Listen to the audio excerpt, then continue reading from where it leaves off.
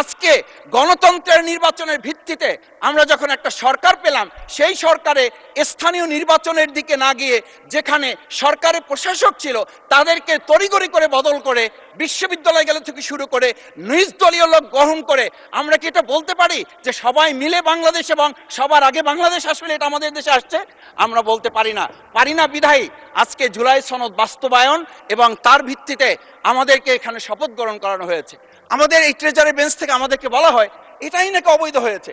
অবৈধ একটা কাজ জাতীয় সংসদে আমাদের কাছে কাগজ প্লেস করেছে কে? যারা প্লেস করেছে তাহলে তাদেরকে তো আগে আইনের আওতায় নিয়ে আসা উচিত। এই অবৈধ কাজে আমাদেরকে কারা সহযোগিতা করেছেন?